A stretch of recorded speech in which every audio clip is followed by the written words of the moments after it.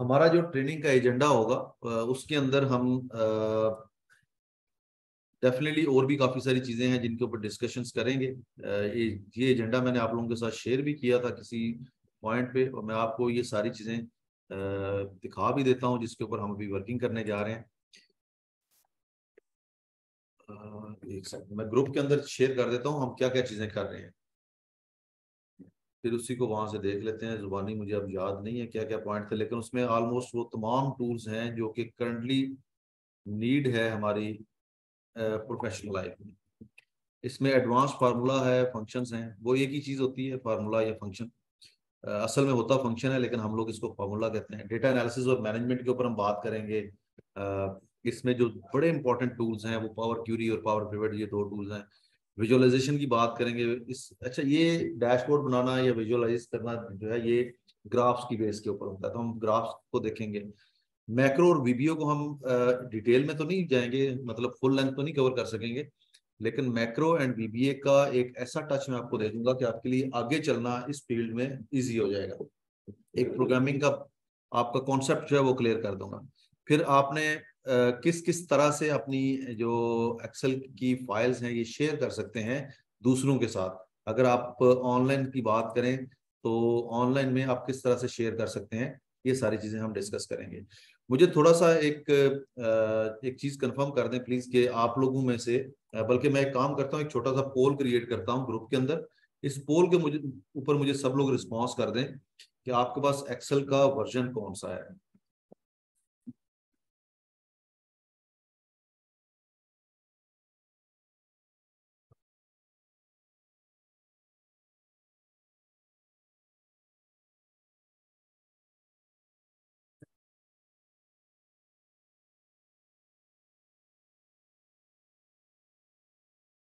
हाँ जी, मुझे WhatsApp group के अंदर मैंने एक मैसेज किया है, इसको देखें और इसके ऊपर मुझे आप ज़रा रिस्पांस दे दें कि आपके पास एक्सेल का कौन सा वर्जन है, ताकि मैं आप लोगों को जो फार्मूला सिखाऊंगा वो उसी के अकॉर्डिंगली सिखाऊंगा। सिंस मेरे पास जो है लेटेस्ट वर्जन है ऑफिस 365 का, और ऑफिस 365 में बहुत सारे ऐसी चीज़ें, बहुत सारे ऐसे टूल्स हैं। अच्छा उजैर, ये अगर आप इसके अबाउट सेक्शन में चले जाएंगे, आई थिंक के ये यहाँ पे ऑप्शंस हैं, अकाउंट, इन्फो, शायद इन्फो के अंदर जाएंगे तो आपको ये पता चल जाएगा कि ऑफिस वर्जन कौन सा है।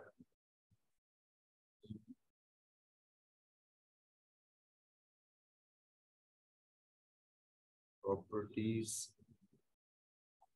वर्कबुक, वर्जन हिस्ट्री, नो, मुझे देखना पड़ेगा कि इसमें कहाँ पे आ रहा है ऑप्शंस। अगर किसी को आइडिया है तो वो शेयर भी कर सकता है कि कहाँ से पता चलेगा। अकाउंट सेक्शन में, ठीक है। नहीं जी, हम अकाउंट सेक्शन से इसको देख लेते हैं। हाँ जी, ये देखिए यहाँ पे लिखा हुआ है माइक्रोसॉफ्ट 365।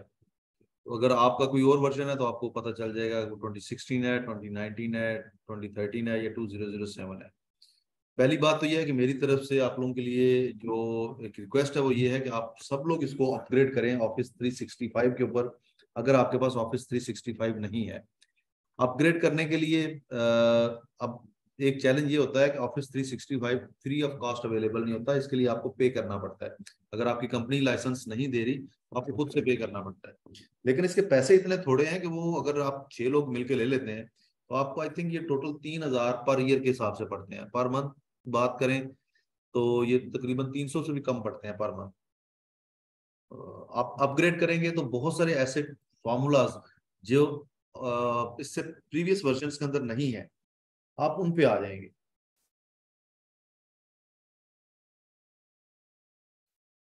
अच्छा, आप जब ऑफिस कोई सा भी ऑफिस ओपन करेंगे तो आपके पास इसी तरह की एक विंडो सामने आएगी, और इस विंडो के अंदर अगर आप देखें तो सबसे टॉप के ऊपर जिस जहाँ पे ऑटो सेव लिखा है, जो पुराने वर्जन के ऊपर ऑटो सेव का ऑप्शन नहीं आ रहा होगा, सेव है, अनडू, रीडू, और ये एक क्विक एक्सेस टूल बार है, ये सबके पास होगा। उसके बाद फाइल का नेम आ रहा होगा और फाइल के नेम के साथ, आप जी जी, मेरे पास 21 है। आपके पास 2021 2031 लेटेस्ट है। 213 लेटेस्ट जो हो, है 21 21 21 2021 है। अच्छा, ऑफिस 365 में और उसमें क्या फर्क है? आई थिंक ये सेम ही है। सेम ही है दोनों। ठीक है, ठीक। अच्छा, उसके बाद सर्च बॉक्स है। सर्च बॉक्स आपके पास है या नहीं है, ये आपके वर्जन के ऊपर डिपेंड करता है। फिर आपकी प्रोफाइल, जिससे आपने ये लाइसेंस बाय किया हुआ है या जिससे आपने लॉगिन किया हुआ है, वो यहाँ पे शो हो रही होगी। जो इंपॉर्टेंट चीज है ना, वो इसकी टैब्स हैं। ये सारे टैब हैं, डिफॉल्ट टैब्स हैं इसके अंदर। आपके पास डेवलपर टैब नहीं आ रहा होगा, बाकी सारे आपके पास होंगे। चेक कर लें, अपने पास होम भी होगा, insert, draw, layout, formula, data, review, view. 365 वालों के पास तो सारे एज इट इज होंगे। मे बी 2016 या 2013 के पास थोड़ा सा इसमें भी फर्क आ रहा हो, ये भी चेक कर लें अपने पास। अब टैब क्या होता है? Tab is a combination of multiple groups. ये इस एक टैब के अंदर बहुत सारे ग्रुप्स होते हैं। वो ग्रुप क्या चीज है? Group is a combination of tools. जैसे फॉर एग्जांपल क्लिप बोर्ड एक ग्रुप है, यहाँ पे अगर आपको मेरा कर्सर नजर आ रहा है तो। और इसके अंदर टूल्स कौन से हैं? इसके अंदर ये paste, cut, copy, paste special, ये सारे टूल्स हैं। इसी तरह से फॉन्ट एक ग्रुप है, और इसके अंदर ये जो बोल्ड, इटालिक, अंडरलाइन, ये सब टूल्स हैं, एंड सो ऑन। तो ये सारे के सारे टूल्स जो हैं, ये हम यूज करते हैं एक्सेल के अंदर रिपोर्ट बनाने के लिए, या डैशबोर्ड्स वगैरह जब हम डेवलप कर रहे होते हैं, तो उसके लिए हम इनको यूज करते हैं। जी, आप कुछ पूछना चाह रहे हैं अजमल साहब? अस्सलाम वालेकुम सर। वालेकुम मैं अस्सलाम। पूछने से ज्यादा मैं सिर्फ एक मेरी सजेशन थी। जी जी। आप ये ट्रेनिंग एक बहुत बड़ा है, सिलसिला है, मतलब बहुत सारे ऑर्गेनाइजेशन करा रही है। इसमें जो सर्टिफिकेट है ना, जो खासकर यंग मैन है ना, उनके लिए बड़ा मैटर करता है। ठीक है। आप सर्टिफिकेट, मेरी ये सजेशन है, मतलब मुझे अच्छा, आप सबको ना ई सर्टिफिकेट्स मिल जाएंगे इसके। हाँ, वो ये है कि इसका ना बड़ा फायदा है जो कैरियर के हवाले से, और अब लिंक्डइन पे प्रोफाइल से लोग जॉब देते हैं। मैं ज़ारा आपको सऊदी अरब में हूँ। जी हाँ जी, जी। आपको ई सर्टिफिकेट्स मिल जाएंगे। आपकी पहली सजेशन के ऊपर भी हमने जो है वो स्टेप ले लिया था, जो लास्ट ट्रेनिंग में आपने दी थी, कि लोगों को अपने पास बिठा के सिखाएं, या लोगों को आप इंटर्नशिप की अपॉर्चुनिटी दें। तो हमने उसके लिए ऑफिस का सेटअप सारा बना लिया था। और उन्हीं ट्रेनिंग्स में से कोई 9-10 लोग जो है वो हमारे पास बैठे हुए होते हैं, जो सारा शाम से लेके रात तक बैठ के काम करते हैं। तो इंशाल्लाह इसके ऊपर भी हम काम करेंगे। आपको ई सर्टिफिकेट सब लोगों को एक्सेल के मिल जाएंगे। सर इंशाल्लाह देखिएगा कि आप इसका इम्पैक्ट देखिएगा। ये थोड़े अरसे बाद ना, ये जो आपने किया है ना इनिशिएटिव, उन लोगों के लिए चले, आप तो बेचारे अल्हम्दुलिल्लाह कर ही रहे हैं। जो लोग आपकी इंटर्नी है ना, ये 10-10 हजार डॉलर लेते हैं ऑस्ट्रेलिया में, कंपनियां जो इंटर्नशिप करवाती हैं। ऑस्ट्रेलिया में इंटर्नी को पैसे नहीं मिलते, इंटर्नी पैसे देता है। ये आप बहुत बड़ी अपॉर्चुनिटी है, लोगों को अभी अंदाजा नहीं है इसका। Thank you sir, thank you. बहुत शुक्रिया सर। अच्छा, अब इसमें किसी भी आप टैब पे क्लिक करेंगे तो आपको बहुत सारे टूल्स मिलेंगे। मैं एक एक टूल की डिटेल में नहीं जाऊंगा कि इसका क्या काम है क्या नहीं है, क्योंकि ये हमारी कोई बिल्कुल बेसिक लेवल की ट्रेनिंग नहीं है। इसमें मैं आपको ये नहीं सिखा सकता कि आपने यहाँ पे जब क्लिक करना है तो उसके बाद लिखना कैसे है, और जब आपने लिखना शुरू किया तो सेल के बाहर चला गया तो उसको सेल के अंदर कैसे लेके आना है। आप सब इन चीजों को जानते हैं, आप सब प्रोफेशनल लोग हैं, और आप लोगों को पता है कि फॉर्मेट कैसे किया जाता है, या किसी चीज को बोल्ड कैसे किया जाता है, कलर कैसे दिया जाता है। नहीं पता तो ग्रुप में पूछें। जो हमारा क्वेश्चन आंसर का सेशन हुआ करेगा डेली के, या हर सेशन के एंड के ऊपर, जो 10 से 15 या 20 मिनट हम डिस्कशन करेंगे, उसके अंदर आप ये चीजें पूछ सकते हैं। हम कोशिश करेंगे, मैं या ग्रुप में से कोई भी बंदा आपको उसके ऊपर गाइड कर दिया करेगा। लेकिन फोकस्ड रहें कि आपने एडवांस टेक्निक्स, एडवांस टूल सीखने हैं एनालिसिस के एक्सेल के अंदर। याद रखें, एक्सेल जितना ज्यादा आपका स्ट्रांग होगा, उतने अच्छे तरीके से आप बाकी टूल्स सीख सकते हैं। बाकी टूल्स से मेरी मुराद पावर बीआई है, बाकी टूल से मेरी मुराद लुकर स्टूडियो है, क्लिक सेंस है, टेब्लो, सीक्वल सर्वर। ये सारी चीजें जो हैं, ये एनालिसिस टूल्स हैं, ये विजुअलाइजेशन टूल्स हैं। उनको अगर आप अच्छे से सीखना चाहते हैं तो एक्सेल के ऊपर अपनी ग्रिप स्ट्रांग कर लें। अच्छा, अब ये ग्रुप भी आपको पता चल गया, टूल्स भी पता चल गया, खुद से जाएं देखें। लेकिन जो टूल्स हम साथ साथ यूज करेंगे, जिसके ऊपर मैं आप लोगों को काम करवाऊंगा, उस टूल को कैसे यूज करना है वो मैं आपको साथ जरूर बताऊंगा। क्योंकि बहुत सारी चीजें ऐसी होती हैं जो कि मे भी मैंने भी यूज ना की हूँ, कभी जरूरत नहीं पड़ती। अब जैसे फॉर एग्जांपल यहाँ पे आप देख लें कि ये चेक एक्सेसिबिलिटी है, स्मार्ट लुकअप है, इन चीज़ों के ऊपर मैंने कभी नहीं जाके देखा कैसे काम करते हैं, कैसे क्या चीज़ें होती हैं। डेवलपर के अंदर कुछ चीज़ें हैं उनके ऊपर मैंने, मैक्रो सिक्योरिटीज के ऊपर मैंने कभी इसके अंदर जाके नहीं देखा सेटिंग कैसे करनी है क्या नहीं करनी, क्योंकि मुझे डिफॉल्ट से ही मेरा काम हो जाता है। अब सबसे पहले ये कि आपने ये डेवलपर टैब और इसके साथ एक पावर पिवट का टैब है वो अपने पास एनेबल करना है। वो आज के सेशन में ही करना है। और वो कैसे करेंगे, जो भी वर्जन आप यूज कर रहे हैं आप होम टैब पे क्लिक करें, यहाँ पे होम टैब है उस पर क्लिक कर लें और इसकी राइट साइड पे ये थोड़ी सी ब्लैंक स्पेस आ रही है, इसके नीचे कोई ये एरो भी आ रहा है आई थिंक सो। इस ब्लैंक स्पेस के ऊपर आपने राइट क्लिक करना है। जब आपने राइट क्लिक किया तो आपके पास 3 ऑप्शन आ गए। इसमें एक ऑप्शन है कस्टमाइज द रिबन। अब आपने ये सेंटर में है, कस्टमाइज द रिबन ऑप्शन पे क्लिक किया तो ये रिबन के सारे ऑप्शंस आ जाएंगे आपके पास। आप लोगों के पास ये डेवलपर का जो चेक बॉक्स है ये अनचेक होगा। आप देखें इसको चेक करके, ये सबके पास अनचेक होगा, इसको चेक करें और ओके कर दें।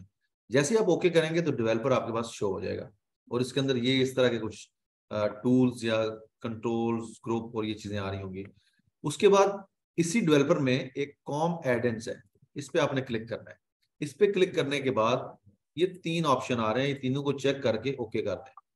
जैसे आप ओके करेंगे तो पावर पिवट भी आपके पास आ जाएगा। पावर पिवट इतना स्ट्रॉन्ग टूल है खास तौर पे उन लोगों के लिए जो बड़े डेटा के ऊपर काम करते हैं और अक्सर जब वो फार्मूला लिखते हैं, मे बी कल समटाइम रिपोर्ट को ओपन करते हैं तो रिपोर्ट स्टक हो जाती है, बार बार उनका सिस्टम स्टक हो रहा होता है। अगर आप पावर पिवट के ऊपर वही काम करेंगे तो विद फ्रैक्शन ऑफ सेकंड वो काम हो जाएगा, आपका सिस्टम भी स्टक नहीं होगा। इसको भी हम सीखेंगे। फिर इसका एक हेल्पिंग टूल है जिसको पावर क्यूरी कहते हैं, भी हम सीखेंगे। फॉर्मूलाज तो डेफिनेटली हमने सीखने ही सीखने हैं। अच्छा, डेटा कहाँ से लें जिसके ऊपर हमने काम करना है? पहली चीज तो ये है कि एक डेटा मैं भी आपको दे सकता हूँ, एक डेटा आप लोग अपनी कंपनी का या जहां पे आप काम कर रहे हैं वो भी यूज कर सकते हैं। जो मेरे पास अवेलेबल डेटा है वो मैं आप लोगों के साथ शेयर कर देता हूँ ग्रुप में। लेट मी सी, अगर मेरे पास सिस्टम में पड़ा हुआ है, सिस्टम के अंदर डाउनलोड्स, और इसमें मेरे पास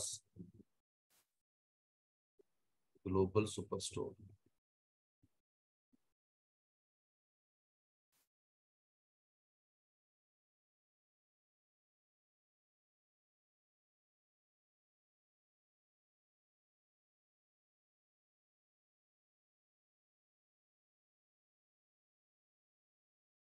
ग्लोबल प्रोजेक्ट,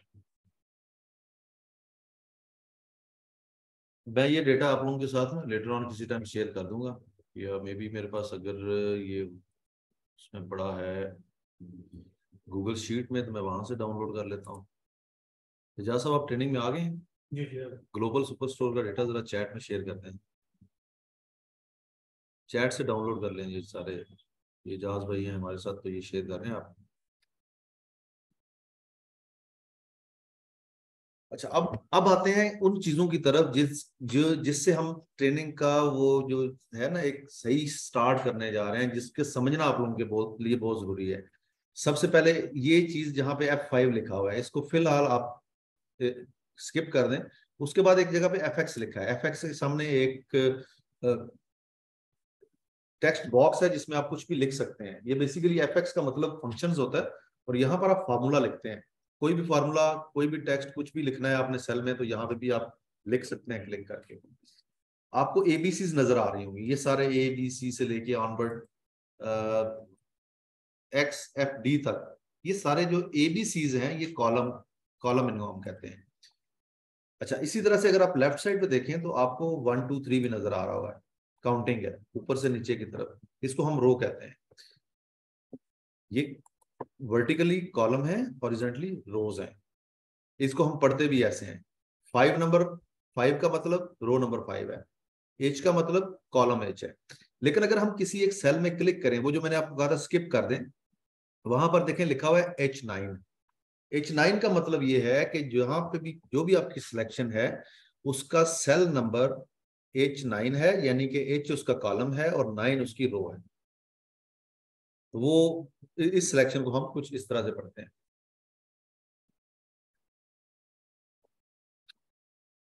उसके बाद अगर थोड़ा नीचे आ जाएं तो यहाँ पर आपके पास शीट आ रही है, शीट 1, प्लस पे क्लिक करते जाएं तो शीट्स ऐड होती जाएंगी। शीट 1 के बाद शीट 2, 3, 4, 5 एंड सो ऑन। जैसे बुक 1, बुक 2, बुक 3 इस फाइल का डिफॉल्ट नेम होता है, इसी तरह से sheet 1, sheet 2, sheet 3 and so on इसका डिफॉल्ट नेम होता है। लेकिन आप इनको चेंज कर सकते हैं, बुक को भी चेंज कर सकते हैं और शीट 1 को भी चेंज कर सकते हैं। कैसे चेंज करना है, इस पर डबल क्लिक करें और इसको रीनेम कर दें। तो ये तमाम शीट्स को आप कर सकते हैं। अगर किसी शीट को हाइड करना है, उसके ऊपर राइट क्लिक करें और राइट क्लिक करने के बाद उसको हाइड कर दें। अगर किसी शीट का कलर चेंज करना है, टैब कलर पे जाएं, इसको आप चेंज कर सकते हैं। इसी तरह से रीनेम कर सकते हैं, डिलीट कर सकते हैं, कुछ न्यू शीट्स इंसर्ट कर सकते हैं। और एक बड़ी खास चीज, अक्सर औकात हम लोग गाड़ी जो है वो बैंक से लोन ले रहे होते हैं, या हम वैसे बैंक लोन ले रहे होते हैं, तो उसकी जो कैलकुलेशंस हैं वो बैंकर्स भी यहीं पे करते हैं। कैसे करते हैं, वो इंसर्ट पे जाते हैं और यहाँ से जाके स्प्रेडशीट सॉल्यूशंस में जाते हैं और इसमें से वो लेते हैं लोन आई थिंक यही शीट है वो, यस। तो ये देखें, ये बना हुआ एक फॉर्मेट है जिसके अंदर वो कुछ वैल्यूज पुट करते हैं और उसके बाद ये कैलकुलेशन करके दे देता है। तो ये ऑलरेडी उन्होंने कुछ फार्मूलाज लिख के इसको डिजाइन किया हुआ है। उसके बाद अगर मजीद राइट पे जाएं तो आपके पास 3 तरह के व्यूज आ रहे हैं। पहला व्यू नॉर्मल है, दूसरा पेज लेआउट व्यू है, यानी कि जिस तरह से आप प्रिंट लेते हैं और उसमें जो चीजें नजर आ एक पेज पे आएंगी वो सारी आपको यहाँ पे डिस्प्ले होती हैं। और उसके बाद जो है वो पेज ब्रेक व्यू है, इसमें आप टेक्स्ट लिखते जाएं, जहां जहां टेक्स्ट लिखेंगे पेज ब्रेक की ब्लू लाइन आपके साथ साथ लगती जाएगी। जैसे मैं फॉर एग्जांपल यहाँ पे अपना नाम लिखूं तो उसने पेज 1 ये वाला एरिया है और ये एरिया पेज 2 में चला गया प्रिंट के अंदर। तो इसी तरह से वो पेज ब्रेक डाउन करता जाएगा। अगर मैं यहाँ पे कुछ लिख दूं तो ये पेज 1, पेज 2 और पेज 3 3 पेजेस इसके बन गए हैं। जब मैं प्रिंट करूंगा तो ये 3 पेजेस प्रिंट होंगे। नॉर्मल व्यू पे रखें इसको। उसके बाद आपके पास जूम का ऑप्शन है, जूम इन जूम आउट कर सकते हैं अपनी शीट को, और उसके लिए आपके पास ये ऑप्शन है। हमारा जो ट्रेनिंग का स्टार्ट है, जो डे 1 से हम शुरू करने जा रहे हैं, हम फार्मूला से स्टार्ट करेंगे। हम एक टूल सीखेंगे और 3 से 4 फार्मूलाज को हम डिस्कस करेंगे। और मेरा फोकस भी ज्यादा यही होगा कि आप लोगों का जो फार्मूला है, जो फंक्शन है, ये स्ट्रांग हो जाए। अच्छा, इसका एक फंक्शनैलिटी पहले हम डिस्कस कर लेते हैं। एक्सेल के अंदर बहुत सारी चीजें हैं जो आप कर सकते हैं।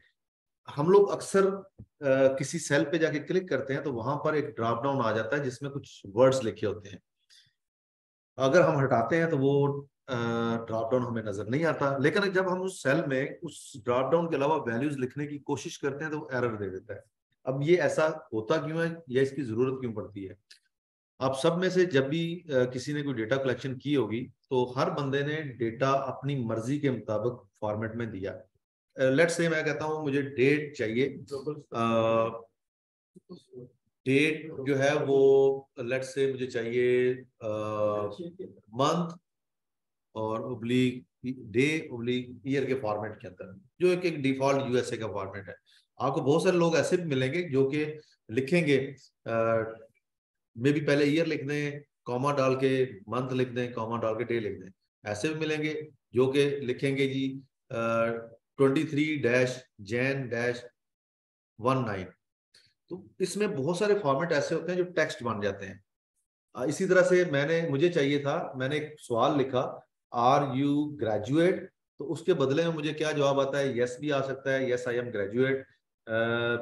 नो भी आ सकता है, no I am doing my graduation. या कोई ये भी लिख सकता है यस की बजाय कि आई एम MBA या MCS, कुछ भी, कोई भी अपनी डिग्री लिख सकता है। लेकिन मुझे चाहिए था यस और नो। अब जब यस और नो की बजाय मेरे पास कोई 1000 बंदे से 700 जवाब आ गए तो मैं उनको एनालाइज नहीं कर सकता एक्सेल के अंदर। एक्सेल का मकसद तो एनालिसिस करना है। जब मैं एनालाइज नहीं कर सकता तो मेरा वो डेटा कलेक्शन का जो एक पर्पस था वो खत्म हो जाता है। अब उस चीज के ऊपर बाउंड कैसे किया जाए, मैं छोटी सी एक एग्जांपल देता हूं आपको। यहाँ पे हम लिख लेते हैं व्हाट इज योर, नहीं, एजुकेशन लेवल की बजाय हम करते हैं are you graduate, spelling mistake हो जाए तो उसके लिए एडवांस में माजरत। अच्छा, उसके बाद are you based in Lahore, are you Pakistan. ये 3 सवाल है। अब इन 3 सवाल का मुझे जवाब चाहिए यस या नो में। लेकिन डेफिनेटली अगर कोई बंदा पाकिस्तानी नहीं है तो उसके दिल में ये बात भी जरूर आएगी कि मैं ये भी बताऊं कि मैं कहाँ से हूँ, तो वो अपने नेशनलिटी लिखने की कोशिश करेगा। लाहौर में नहीं है, मर्दान में है, तो वो मे बी नो की बजाय वो मर्दान लिख दे। ग्रेजुएशन नहीं की हुई या ग्रेजुएशन के बाद मास्टर डिग्री भी कर ली है तो अपनी डिग्री शो करने की कोशिश करे। अगर हमने इसको बाउंड करना है तो कैसे करेंगे? ये देखिए, मैंने यहाँ पे लिखा यस और उसके बाद लिखा नो।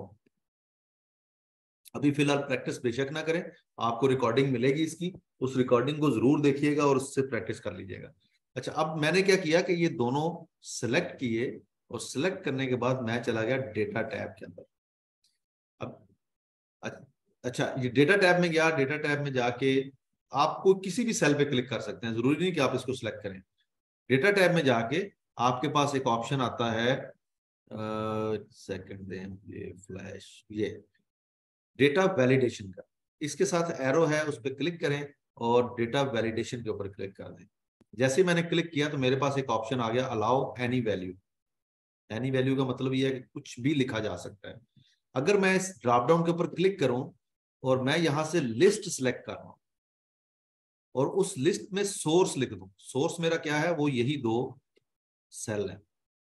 ये देखिए, मैंने इस एरो पे क्लिक किया और सोर्स सेलेक्ट कर लिया। या आप मैनुअली लिखना चाहें इज इक्वल टू साइन के साथ इसी तरह से लिख सकते हैं। और इसको मैं कर देता हूं ओके। अब ये जो मैंने लिखा है इसको मैं कॉपी करके यहाँ पे इतनी जगह पेस्ट कर देता हूँ। किसी भी सेल पे जाएंगे, ड्रॉप डाउन पे क्लिक करेंगे, यस या नो आ रहा होगा। अब अगर मैं यहाँ पे लिखना शुरू कोशिश करूं कि मैं जनाब लाहौर से नहीं हूं बल्कि मैं खारियां से हूं, तो ये मुझे लिखने नहीं देगा। तो ये मकसद होता है इसको लिस्ट क्रिएट करने का। तरीकाकार मैंने आपको बता दिया है, बहुत सिंपल है। अगर नहीं समझ आया तो वीडियो को जरा रिवाइंड करके देख लीजिएगा, स्टॉप करके इसकी प्रैक्टिस कर लीजिएगा, लेकिन बहुत सिंपल है। ये तो था आज का हमारा पहला टूल जिसको हमने सीखा या जिसके ऊपर आप लोगों ने प्रैक्टिस करनी है। दूसरी चीज आ जाती है फॉर्मूला के ऊपर, कि हमने फार्मूला के ऊपर काम करना है। आपने शीट शेयर कर दी है चैट में? शीट शेयर करें, हम उसके ऊपर ही वर्किंग करेंगे, वही सबके पास चाहिए। शीट जो आप लोगों के पास आ रही है ये प्लीज सेव भी कर लें और कोई एक बंदा इस शीट को ग्रुप में भी शेयर कर दें।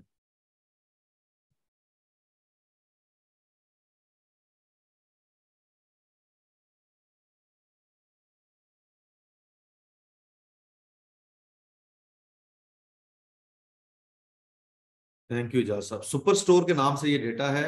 ये डेटा मैंने इसलिए आप लोगों के साथ शेयर किया है कि आप लोगों के डेटा जो होते हैं वो कॉन्फिडेंशियल होते हैं, आप लोग शेयर नहीं कर सकते किसी के साथ। मे बी मुझे दिखाते हुए भी आप झिझकें कि हमारा डेटा कंपनी का डेटा है, कहीं ये यूट्यूब पे वीडियो जाएगी और वहां से किसी बंदे ने देखी तो मसला बन सकता है।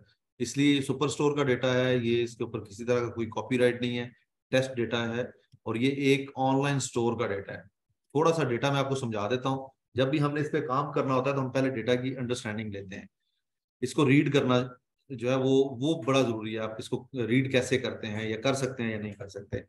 जैसे ए कॉलम के अंदर रो आईडी लिखी है तो ये एक आइडेंटिफिकेशन है इसकी के ये एक यूनिक आइडेंटिफिकेशन है इस पूरे डेटा के लिए। ऑर्डर आईडी है, अगर आप इसमें देखें तो एक ऑर्डर मल्टीपल टाइम आ रहा है, यानी कि एक ऑर्डर के अंदर मल्टीपल आइटम्स जो हैं वो ऑर्डर किए गए हैं। आप यही समझ लें कि ये एक दराज से जो चीजें लोग मंगवाते हैं उसका डेटा है।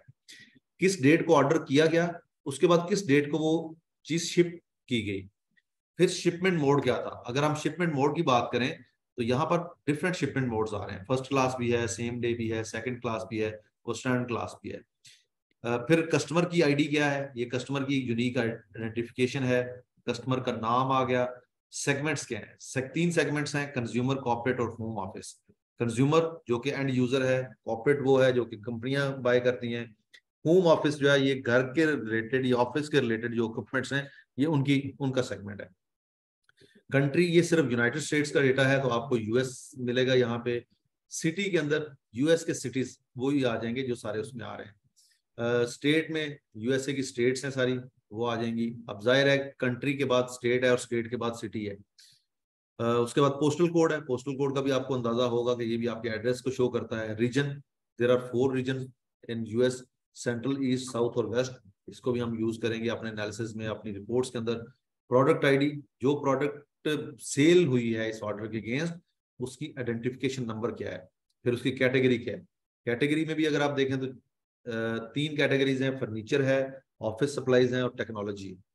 सब कैटेगरी है, हर एक कैटेगरी की फर्दर सब कैटेगरीज हैं और ये काफी सारी हैं। आपके पास डेटा आ गया, ड्रॉप डाउन लगा के इसको देख लें। प्रोडक्ट का नाम, ये आइडेंटिफिकेशन से जो है ये लिंक है, हर एक प्रोडक्ट आईडी के अगेंस्ट एक ही नाम होगा। फिर सेल्स, सेल्स बेसिकली जो है ये रेवेन्यू है कि इस एक ऑर्डर के अगेंस्ट ये जो एक रो आ रही है, कितनी क्वांटिटी या सॉरी कितनी अमाउंट की सेल हुई, फिर उसकी क्वांटिटी क्या थी, कितने % का डिस्काउंट दिया गया। ये टी कॉलम बेसिकली डिस्काउंट है, सीएसपी थी इसलिए शायद इसमें परसेंटेज खत्म हो गई है, आप इसको परसेंटेज में कन्वर्ट कर लीजिएगा। फिर प्रॉफिट या लॉस कितना होगा। अगर नेगेटिव अमाउंट है तो इट मीन्स कि यहाँ पे लॉस हो गया है, और अगर पॉजिटिव अमाउंट है तो इसका मतलब ये है कि यहाँ पे प्रॉफिट हो गया। अब ये तो एक सिंपल सा टेबल है। अब इस सिंपल टेबल के ऊपर आपने एनालिसिस करना है। सबसे पहली चीज, सबसे आसान तरीका एनालिसिस करने का होता है पिवट टेबल का। अब पिवट टेबल लगाना कैसे है, इस डेटा के अंदर किसी भी जगह पे क्लिक करें, किसी भी जगह पे, और इंसर्ट में जाके पिवट टेबल पे क्लिक कर दें। जैसे ही आपने ये किया तो आप देखें एक डॉटेड लाइन आपको नजर आ रही है पूरे टेबल के इर्द गिर्द, यानी कि ए कॉलम से लेके यहाँ पे टेबल रेंज में भी अगर आप देखें इस विंडो की, ए से लेके यू तक इसने डेटा ऑटोमेटिकली सिलेक्ट कर लिया है, और रोज जो है वो 1 से लेके 9995 तक है। ये तो होगी हमारी रेंज। दूसरे नंबर पे वो बता रहा है कि आपने इसी वर्कशीट में इसका पिवट बनाना है या न्यू वर्कशीट में। फिलहाल हम न्यू में चलते हैं, करंट वर्कशीट को बाद में डिस्कस करेंगे। जैसे ही मैंने ये क्लिक किया तो मेरे पास एक ब्लैंक इस तरह का पिवट टेबल आ गया, और राइट साइड पे पिवट टेबल की फील्ड्स आ गई। अब फील्ड्स में क्या चीज है, सबसे पहले कौन कौन से कॉलम हैं वो सारे आपके पास इस बॉक्स में आ जाते हैं। फिल्टर, रोज, कॉलम, वैल्यूज। अब इसकी तरतीब इस तरह से होती है, सबसे पहले रोज होती हैं, उसके बाद वैल्यू होती है, फिर कॉलम है और फिर फिल्टर है। अब रोज क्या चीज है, जैसे फॉर एग्जांपल मैं यहाँ पे सेगमेंट को रो में ऐड कर देता हूँ। आप देखें सेगमेंट्स जो है ये यूनिक हो गए, यहाँ पे आ गए हैं। सेगमेंट हर रो में आ रहा था कोई ना कोई सेगमेंट, लेकिन यूनिक 3 थे तो तीनों इस जगह पे आ गए हैं। फिर मैं कहता हूं कि मुझे सेगमेंट लेवल के ऊपर सेल्स के नंबर चाहिए, कितनी कितनी वैल्यू सेल हुई है। सिलेक्ट करके इसको जरा कॉमा सेपरेटर लगा लेते हैं। होम टैब पे जाके ये कॉमा सेपरेटर है, और इसके डेसिमल प्लेसेस को 2 तक ठीक है रहने देते हैं। तो कंज्यूमर के अंदर क्या जी 1.1 मिलियन की सेल है, 706K की सेल कॉर्पोरेट में है, होम ऑफिस के अंदर 429K की सेल है, और टोटल 2.2 मिलियन प्लस की सेल है जो हमारा डेटा है उसके हिसाब से। तो ये 2 चीजें हमारी कवर हो गई। पहली चीज है सेगमेंट रोज, और दूसरी चीज है वैल्यूज। अब वैल्यूज के ऊपर लिखा गया सम ऑफ सेल्स। अगर मैं इस एरो पे क्लिक करता हूं और फील्ड सेटिंग्स में जाता हूं तो मेरे पास सिर्फ सम नहीं है, अब जितने भी एग्रीगेट फंक्शंस हैं, मैं जरा इसका साइज थोड़ा बड़ा कर लूं, जितने भी एग्रीगेशन के फंक्शंस हैं जैसे सम है, count, average, maximum, minimum, product आपको पता है मल्टीप्लिकेशन को कहते हैं, काउंट नंबर्स है, स्टैंडर्ड डेविएशन है, स्टैंडर्ड डेविएशन प्रोबेबिलिटी है, वेरिएशन है, वेरिएशन प्रोबेबिलिटी है। जितने भी फंक्शंस हैं, हो सकता है कोई एक आध फंक्शन आपके पास कम आ रहा हो अगर आपका पुराना वर्जन है, तो आप इनको as a aggregate functions use कर सकते हैं, और ये हमेशा अप्लाई होते हैं नंबर का जो कॉलम है उसके ऊपर। टेक्स्ट कॉलम के ऊपर काउंट का ही सिर्फ अप्लाई हो सकता है। तो आपने अगर चेंज करना है, जैसे अगर आप एवरेज लेना चाह रहे हैं या मैक्सिमम वैल्यू लेना चाह रहे हैं, तो यहाँ से आप चेंज भी इसको कर सकते हैं। राइट, तो मैं चेंज नहीं कर रहा। अच्छा, उसके बाद अब कॉलम का क्या मकसद है वो भी मैं आपको बता देता हूँ, वो भी बड़ा सिंपल सा है। जैसे फॉर एग्जांपल मैं कहता हूँ कैटेगरीज को मैं कॉलम में ऐड कर देता हूँ। अब वही कंज्यूमर का जो नंबर था, वो कंज्यूमर का नंबर फर्नीचर में क्या है, ऑफिस सप्लाईज में क्या है, टेक्नोलॉजी में क्या है, फर्दर स्प्लिट हो गया। फर्दर उसको एक स्टेप आप कह सकते हैं कि उसको उसकी डिटेल आ गई है हमारे पास।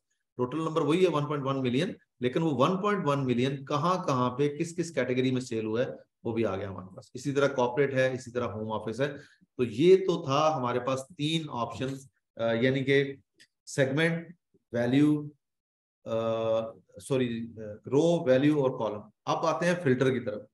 फिल्टर का काम ये है कि अगर आपने उसमें से कुछ चीजों को फिल्टर आउट या फिल्टर इन करके रखना है तो उसके लिए, जैसे फॉर एग्जांपल मैं रीजन को फिल्टर में अगर ऐड कर रहा हूं तो ऊपर देखें ये टॉप पे